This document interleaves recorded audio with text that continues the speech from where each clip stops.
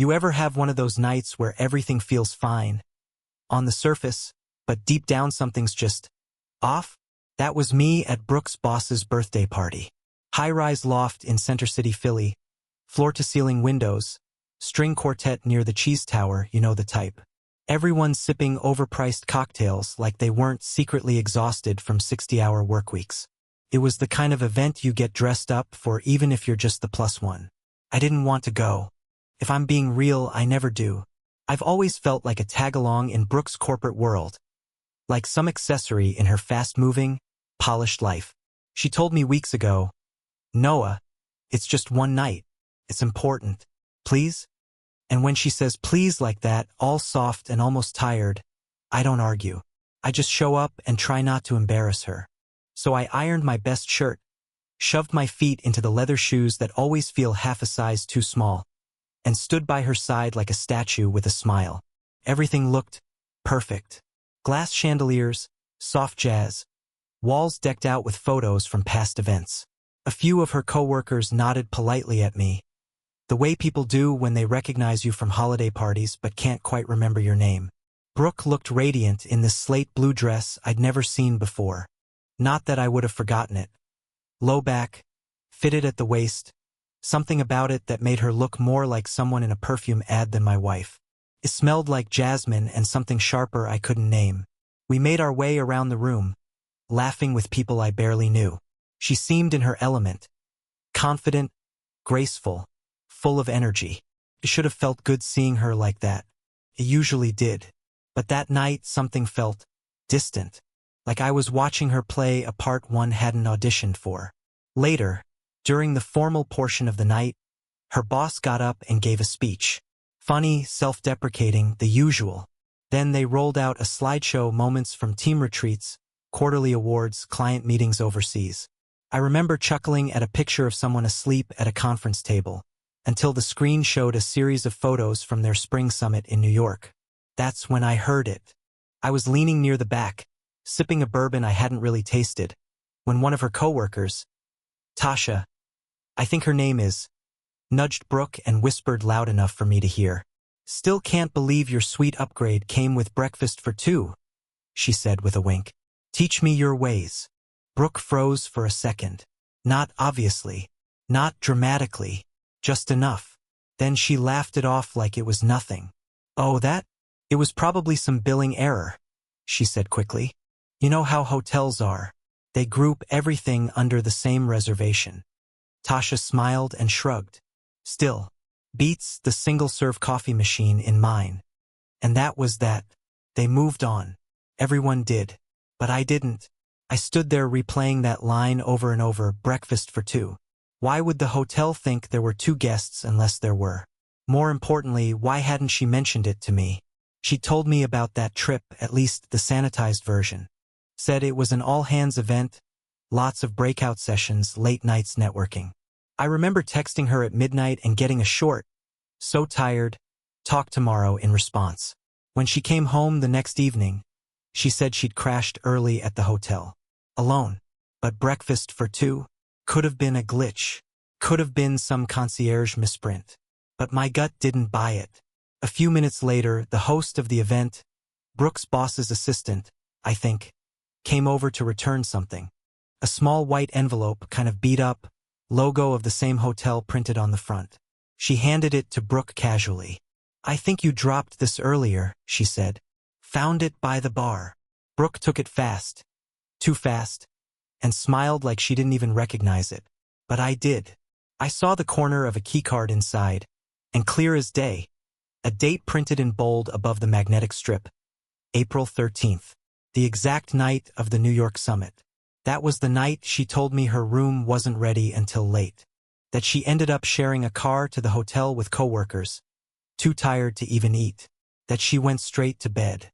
Now she was holding an envelope that said otherwise. I didn't ask her about it right away. I watched how she tucked it into her clutch without opening it. How she smoothed her dress after, like she was brushing off the moment. And how she turned to me a beat later with that bright, almost too cheerful smile. "Wanna grab another drink before the music starts?" "Sure," I said, forcing a smile. Sounds good. But I wasn't thinking about music. I was thinking about April 13th. The rest of the night passed in a blur. Laughter. Toasts. Someone spilled wine on the carpet and everyone gasped like it was a national emergency. I couldn't focus. Brooke kept introducing me to people I'd never met and would never remember. Her laugh felt a little louder than usual. Her touch on my arm a little lighter. The kind of public affection you put on like a coat when it's cold. In the car ride home, I wanted to ask her. I wanted to say, who was the other breakfast for? Or, why didn't you mention the suite upgrade? But the words caught in my throat. Instead, I asked how she thought the party went.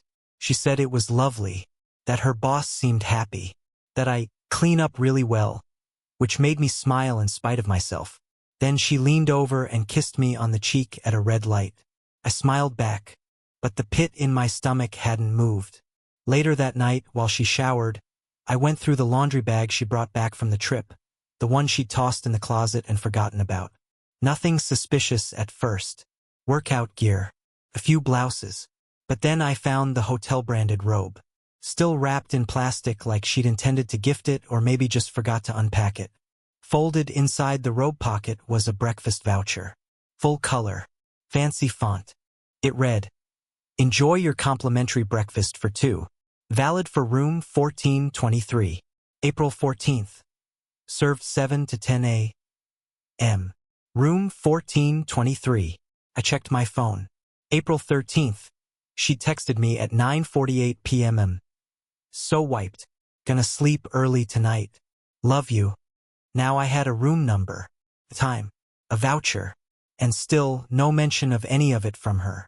When I asked her again the next morning, just casually, "Hey, did you ever get that upgrade you mentioned for the Summit Hotel?" She blinked once and said, "Oh, that? I think so. The rooms were all pretty nice, honestly. Not sure what category they gave me." She didn't ask why I was asking. She didn't ask if something was wrong. She just changed the subject to a coworker's upcoming baby shower and kept eating her cereal. I didn't push it. Not then. But the seed was planted. I started to wonder, how much do I really know about what she does when I'm not around? After that night, something in me shifted. I didn't say anything right away. No confrontation. No dramatic speech. Just quiet observation. Watching. Noticing. Letting it all soak in like rain on dry soil. And what surfaced wasn't one big revelation, but a slow, steady trickle of red flags I hadn't let myself see before. Started with her phone. We'd shared our locations for years, not because either of us asked for it, but because it just made life easier. Coordinating errands, picking each other up, safety. It had become background noise in our marriage. Something you forget is even there, until one day it's not. I only realized it was off by accident. I was trying to check traffic on her route from the studio. She'd said she'd be home late after Pilates, and her location just wasn't loading. I thought it was a glitch. Tried again. Still nothing. I texted her, "Hey, weird cue. Did you turn off your location? Just checking." 3 dots appeared, then stopped. A minute later, she replied, "Oh, must have been a settings update. Didn't even notice. I'll fix it later." She never did. After that, her phone was always face down. Dinner. In bed. Even while watching TV. She used to scroll through TikTok next to me, laughing and sharing videos, practically shoving the screen in my face. Now, silence. Just the occasional buzz of a notification and a glance followed by a swipe, and then the screen would go black again. I told myself not to read too much into it. People change. Habits shift. But once you start looking for cracks, it's hard to unsee them. She changed her phone password 3 times in 2 weeks. I only noticed because we'd both set each other's fingerprints years ago, back when we shared Netflix accounts and grocery lists and dumb memes before bed. I went to use her phone one day to check a restaurant menu. She was in the shower, and the lock screen asked for a passcode. Not Face ID. Not fingerprint. Just numbers I didn't know. That night, I casually mentioned it. "Oh yeah," she said, not looking up from her salad. "IT sent out a thing about device security. Company policy now. Stronger passwords. Ha! I said, nodding. That makes sense. She smiled. Besides, it's not like I'm hiding state secrets on there. I laughed, but it didn't reach my eyes. Then there were the Thursday nights. Every week, like clockwork, she had girl time. That's what she called it. She said it with a playful wink, like it was sacred, non-negotiable. You boys wouldn't understand. At first, I respected it. Everyone needs space. I'd usually make frozen pizza and watch Philly's highlights on YouTube. She'd come home around 11, smelling like red wine and a floral perfume I didn't recognize. One night, I asked, "How's Kat doing?" She blinked. "Kat? Yeah. You said you were meeting her tonight, right?" "Oh, yeah. Kat's good. Her new job's crazy. Total chaos." She took another sip of wine and changed the subject before I could follow up. But something about the pause stuck with me. The way her eyes darted sideways like she was rewriting the scene mid-performance. So I looked up Kat's Instagram later that night. Nothing. No new photos. No stories. Not even a tagged post. In fact, none of the friends she supposedly saw on Thursdays had posted anything. No photos. No check-ins. No tagged locations. Just silence. Then there were the clothes. I'm not dumb. I know people like to feel good when they go out, and Brooke has always cared about how she presents herself. But lately, her wardrobe had leveled up in a way that didn't feel casual. Dresses I hadn't seen. Lingerie I hadn't touched. Tags from brands I'd never heard of showing up in the laundry bin. Once, I spotted a receipt on the kitchen counter from a boutique in Rittenhouse. A silky black wrap dress and a matching pair of lace panties. When I asked her about it, she shrugged. Client dinner. You never get a second chance to make a first impression, right? Sure, I said. You looked great. You didn't even see it. She smiled at that, then walked upstairs. Later, I opened our shared credit card account. I never really checked it before. She handled most of the budgeting, but I suddenly felt like I needed to. Not out of paranoia, just clarity. And there it was. Toll charges. Small, easy to miss. But they all trended the same way, heading east. Bridge crossings into New Jersey. Always late afternoons on Thursdays. And always back by midnight. When I asked her if she'd been to Jersey lately, she squinted like she had to think hard. Jersey? No, not since that conference in Hoboken last fall. Why? Just wondering. Thought I saw your Easy Pass charge pop up. She blinked once. Oh, right, actually, yeah. I did have to run out that way for a client consult last week. Quick thing. Totally forgot. Cool. No follow-up. No client name. No explanation. Then there was the Pilates studio. She'd always gone to a place 10 minutes from home. A little boutique gym near the train station with friendly instructors and free lemon water. Lately, though, she said she was trying a new place. More intense, she said. Downtown.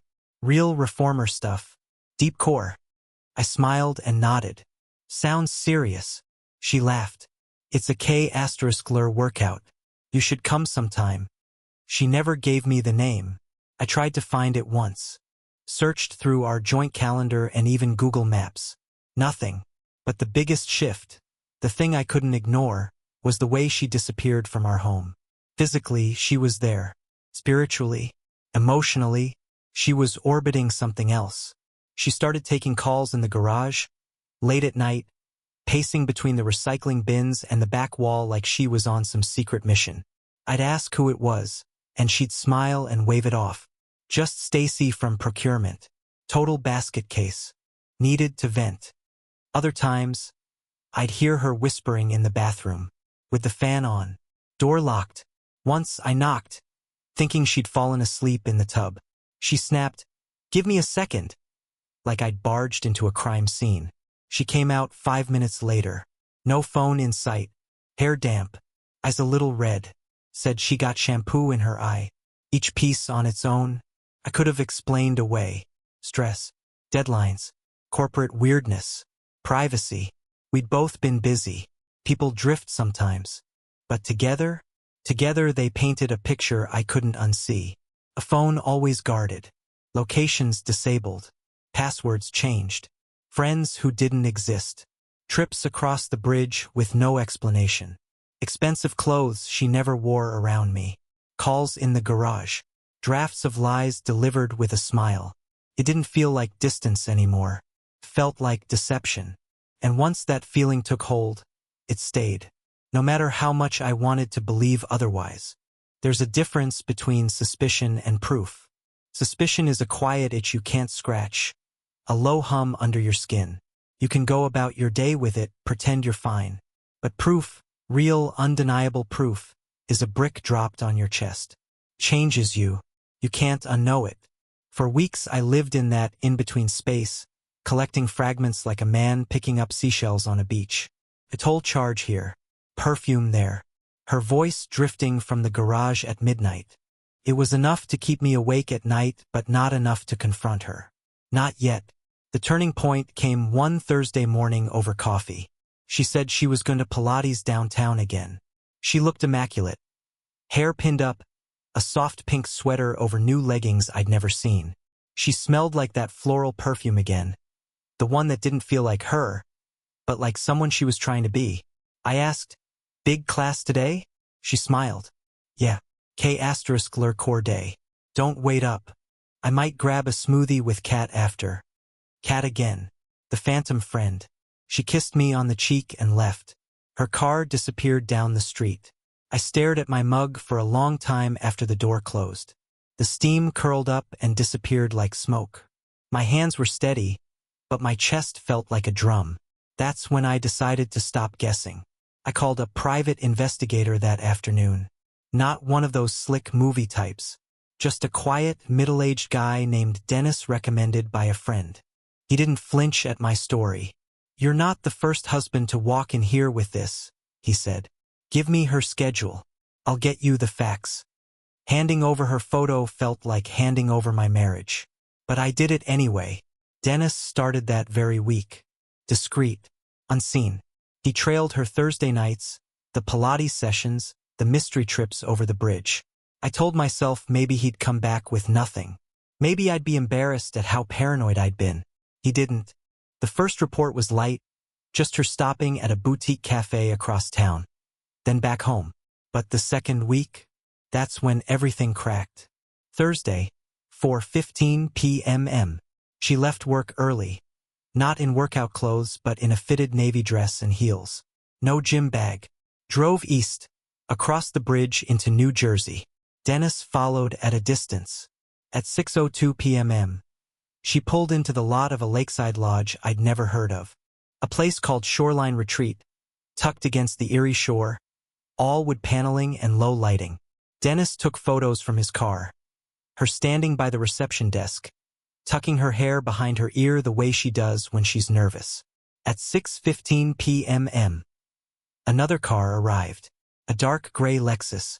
Out stepped a man. Mid-40s, tall, dark hair, a trim beard. Dennis zoomed in with his lens. His name, I'd later learn, was Trevor Mason. He walked in separately. Didn't touch her. Didn't even glance at her. But 10 minutes later, they both walked out with a single key card sleeve in her hand. The same kind the hotel in New York used. They laughed about something as she slipped it into her purse. 7:03 p.m. Photo. Brooke and Trevor at the lodge's balcony restaurant. Wine glasses between them. Her leaning forward with that same bright, rehearsed smile I'd seen at the party. 9:47 p.m. Photo. Their cars still in the lot. The balcony lights off. Room curtains drawn. Dennis didn't stay the whole night. He came back at dawn. 6:12 a.m. Photo. The two of them leaving together, hair mussed, clothes wrinkled. Separate cars again. Her glancing over her shoulder before unlocking her door. Timestamps, GPS logs, license plates, credit card receipts. It was all there. When Dennis handed me the envelope, I didn't open it right away. I sat in my car in the strip mall parking lot staring at it, my thumb running along the flap. I already knew what was inside, but some stubborn part of me wanted to believe I was wrong. Finally, I opened it. Photo after photo, each one a small death. Her hand on his arm, his hand on her lower back. the key card sleeve in her purse. The two cars parked side by side like old friends. The morning light on her face as she slipped out of the lodge. Couldn't breathe. Dennis had included a short written summary. Dates, times, even the receipt for their room. 1 king bed, romance package upgrade, breakfast included. Paid with a card tied to a boutique travel club membership. I closed the folder and leaned back in my seat. The ceiling of the car pressed down like a lid. This wasn't a misunderstanding. This wasn't some corporate billing error or a Pilates friend with bad timing. This was my wife at a lodge with another man, checked into a room together, staying the night. I drove home on autopilot. The world outside the windshield looked the same. Gas stations, stoplights, kids on bikes, but it felt like another planet. When I walked through the door, the house smelled like her perfume, faint and lingering from that morning. The dog wagged his tail like nothing had changed. But everything had. I sat at the kitchen table, the folder in front of me. My hands hovered above it like it was radioactive. I didn't confront her that night. She came home at 10:30, hair damp from a shower at the gym, a smoothie cup in her hand. She smiled at me, asked about my day, kissed my forehead. I nodded, smiled back, asked if she was tired. She said she was. Went upstairs. The sound of the shower ran for a long time. I sat in the dark kitchen until the dog whined to be let out. Proof changes everything. It makes you see the world not as you hope it is, but as it really is. All those fragments, the tolls, the perfume, the phone calls, they weren't a puzzle anymore. They were a map. And now I knew exactly where it led. I didn't sleep. I stared at the ceiling and listened to her breathing next to me. Even that felt like a lie. Morning came gray and flat. She rolled over, kissed my shoulder, said, "Pilates again tonight. Don't wait up." I stared at her for a long time. Then I smiled and said, "Okay." But inside I was already gone. After I had the photos, you'd think I'd be done. Case closed. Caught her. That should have been the end of it, right? But it wasn't. Because betrayal doesn't just punch you in the gut once. It lingers. It echoes. And even when you know what's happening, your brain keeps circling back, desperate to understand the how and why behind it all. How long? How deep? What else had she hidden? That weekend, while she was volunteering at a wellness retreat with coworkers, I stayed home and started digging. We had a shared tablet. Mostly used it for recipes, travel planning, and streaming shows. She rarely used it anymore, now that her work gave her a newer iPad. But she'd forgotten to log out of her email, and the app was still linked to her cloud drive. I wasn't looking for anything specific. I just needed something to make it all make sense. It didn't take long. The first thing I noticed was her draft folder. Dozens of messages, half-written and never sent. Notes to herself. Some work-related, but others? Not so much. One stood out immediately. It was addressed to someone named T.M. No greeting. Just, "Thursday's better. Can push the team meeting to Friday if needed. Princeton looks clear this time. I'll cover the mileage again through consulting. Might use my own card and transfer to avoid flags. Same suite?" I read it twice, then a third time. Princeton looks clear. Same suite. Avoid flags. It sounded like they were discussing a military operation, not a getaway. She never sent it. Probably because she didn't need to. They must have already worked it out in person. The next draft was even worse. I keep telling myself this will end soon. I just need space to think. He's been distant lately, and it makes it easier. But sometimes I wonder if he knows. I hate the guilt, but I also hate how alive I feel when I'm away from it all. I stared at the screen, feeling like the wind had been knocked out of me. He's been distant? That was her justification? I'd been giving her space, trust, the freedom she always said she needed. And she turned that into a reason to lie to my face. My hands hovered over the tablet. I should have stopped there. It was already too much. But I couldn't. Not yet. I opened her cloud drive. Most of it was boring PDFs, contracts, old photos. But then I saw a folder labeled Summits and Travel. That's where things got ugly. Inside were receipts, PDFs of hotel stays from cities she never told me she'd visited. Most of them tied to company travel: Boston, D.C., Chicago. But two names stood out: Shoreline Retreat and a boutique hotel in Princeton. The reservation details were consistent: one-night stays, Thursday check-ins, Friday checkouts. Each one booked under a corporate rate, but with room upgrades, spa packages, and breakfast for two. She'd booked them using her corporate credit card, but all the add-ons? Those came from her personal account. Some files had scanned receipts attached: spa charges, room service, valet. And every one of them had little things that stood out: an extra drink, a two-person dinner, a second dessert. A copy of one bill even had a handwritten note on it, blue ink, her handwriting: no charges on the main folio. Remember to split tips in cash. I sat there staring at it, numb. This wasn't just a fling. It wasn't a mistake she got caught up in. It was a second life.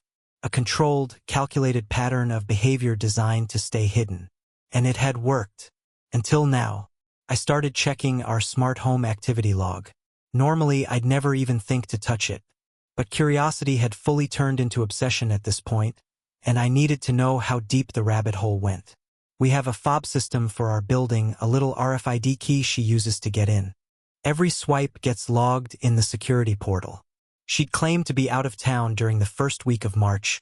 Company offsite, won't be home till Saturday. But her fob was used to enter our building on Friday afternoon. Then again just after midnight that same night. But not once in between. So either she forgot something and came home mid-trip, or she never left at all. I opened the calendar she shared with me, the sanitized version of her schedule she'd curated to look busy and important. Color-coded meetings, lunch blocks, back-to-back strategy sessions. All neat and tidy. But in her cloud drafts I found a different calendar, one saved privately. Fewer entries, less formal. Most of them were just initials and cities. TM-P for Princeton. TM-SL for Shoreline Lodge. T drop-off. TM call. 7:15 p.m. J garage. The real calendar. Every event matched the credit card data. Every city aligned with the toll charges. Every Thursday tracked to a location she said she was not at. It wasn't sloppy. It was meticulous. The more I looked, the clearer it became.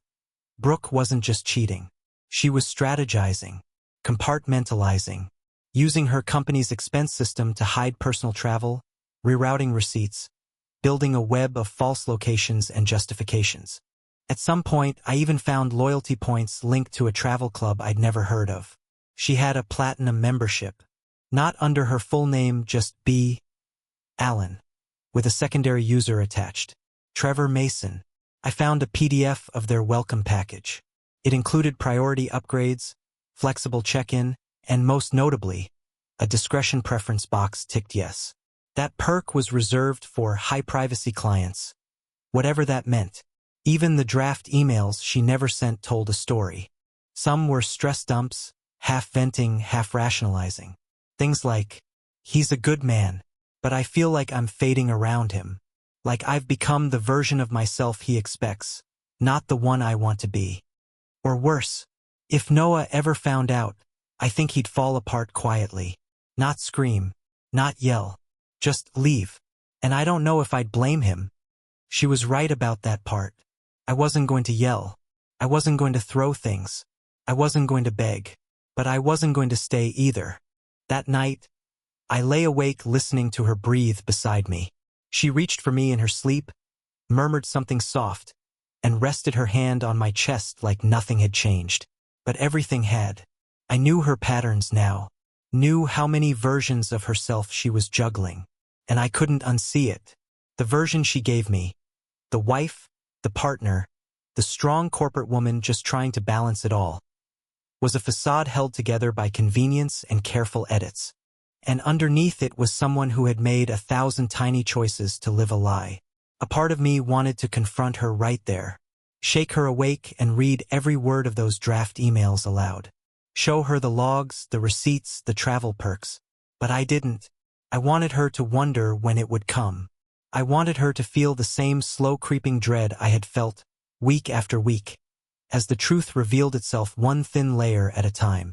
So I stayed quiet and started planning my exit. I used to think secrets stayed where you left them, that if someone was careful enough, smart enough, they could keep parts of their life in airtight containers. But secrets are leaky. No matter how well you hide them, they eventually slip out through the cracks, usually where you least expect. With Brooke, the unraveling didn't start at home. It started at work. She was still playing the role perfectly. Blazer sharp, eyes bright, leading meetings like nothing had changed. Her LinkedIn stayed updated, her posture flawless, her voice calm and practiced. She still kissed me goodbye each morning and came home humming to herself, like everything was normal. But something was different in her eyes, and I wasn't the only one who noticed. The first hint came at the company picnic. It was one of those team-building things in the park. Sunny day, catered food trucks, cornhole boards, stiff small talk. Brooke was wearing a sundress I hadn't seen before, bright green with little gold buttons, and sandals that looked expensive. She'd curled her hair, worn just the right shade of lipstick, and moved through the crowd like she was hosting a political fundraiser. I stayed by the grill most of the time, chatting with a guy from her department I'd met once or twice. Elliot, mid-30s, drinks too many energy drinks, but decent company. We were talking about baseball when someone walked past behind us and muttered, just loud enough, "Wonder if she's got another retreat lined up this week." Elliot smirked but didn't comment. I let it go. But 5 minutes later, someone else mentioned her name in passing while talking about hotel points and loyalty perks. Brooke could probably teach a seminar on how to get free upgrades. She's a pro. There was a laugh. One of those tight, awkward ones. I glanced at Brooke. She was across the lawn, chatting with a VP, but her smile had a crack in it. For just a second, she looked like someone trying to hold their breath underwater. Later that afternoon, I went to grab a drink from the cooler and overheard two women talking behind the tent near the restrooms. I didn't mean to eavesdrop, but once I heard her name, I couldn't help it. "I mean, she's not even trying to hide it anymore," one said. The other laughed. "Thursdays, right? Always Thursdays. I swear I saw her come out of a Marriott at like 6 a.m. last month, with that guy from the Princeton account. What's his name again? Mason, right? Trevor Mason." She said it was client-facing. The laughter died off when one of them noticed me standing nearby. They smiled politely and walked away without saying anything else. I didn't follow. Didn't need to. It was enough. It wasn't just me anymore. They knew. Or at least they suspected. That was worse in a way. Because suspicion feeds gossip, and gossip poisons everything. Quietly, quickly, I asked Brooke that night how the picnic went. She said it was nice. Said the company was going through changes. Said she needed to keep her head down this quarter. And then she said something that made my stomach turn. "I might be taken off the Princeton portfolio." I played dumb. "Why? Weren't you leading that?" She nodded. "Yeah, it's not official yet. Just some movement. Realignment." She looked me dead in the eye as she said it. I couldn't tell if she was lying or just hoping I'd nod and drop it. I nodded and dropped it, but I already knew. Trevor Mason, her affair partner, wasn't just some guy she'd met at a networking event. He was tied to one of her firm's largest accounts. A client she was supposed to manage with professional boundaries, clear lines, ethics, and she'd blurred all of them. A week later, I started noticing changes in her routine. She stopped talking about work during dinner. Her phone buzzed more than usual, and she answered fewer calls in front of me. Her mood dipped, flat and quiet, not angry, just dulled, like someone living in a waiting room. One night, she came home later than usual, dropped her keys a little too hard, and went straight to the wine rack. When I asked how her day was, she let out a small, bitter laugh and said, "Office politics are poison." I wanted to say, "No, Brooke, office affairs are poison." But I didn't. I let her drink. I let her vent. And then I let her spiral. 2 weeks after the picnic, it started unraveling for real. She came home early one day unannounced. No text, no warning. Just walked through the door at 2:30, pale and quiet. I looked up from my laptop. Everything okay?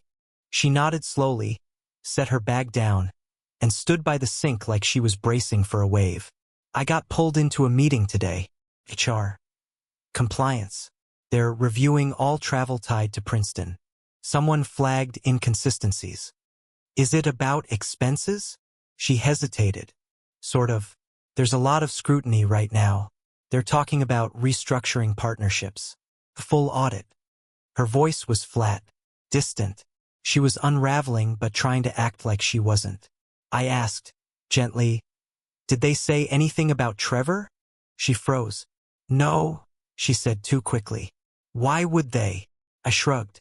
Just wondering. That night she barely ate. I watched her spin her fork in circles over pasta she didn't touch. Her eyes were locked on the middle distance. The next morning she left early. Didn't say goodbye. Just slipped out while I was still pretending to sleep. Later that week I checked her LinkedIn. Her profile was still public. Still polished. But I noticed something in the fine print. She was no longer listed as lead strategist, client growth. Now it just said, senior associate brand accounts. A demotion. Subtle, quiet, but unmistakable. The leadership badge was gone. I asked her about it that evening. She snapped. Not loudly, just sharply.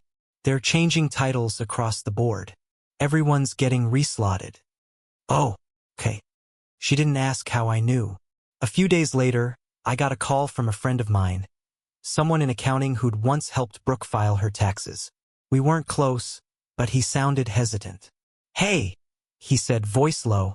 I probably shouldn't be saying anything, but there's talk going around about Brooke. Some sort of internal freeze on her corporate credit account. You might want to ask her. I didn't. I already knew what I'd find. I checked our statements. The corporate card, normally busy with dinners, bookings, event fees, had flatlined. She'd started using our joint card again. Subtly. Uber rides. Lunches. 2 nights at a boutique hotel with no location listed. Just C.A. Management as the payee. I Googled it. It was the parent company of the Shoreline Retreat. She wasn't even trying anymore. That night, she sat on the couch staring at nothing. The TV was on, but her eyes weren't watching it. She looked smaller than I remembered. Not in size,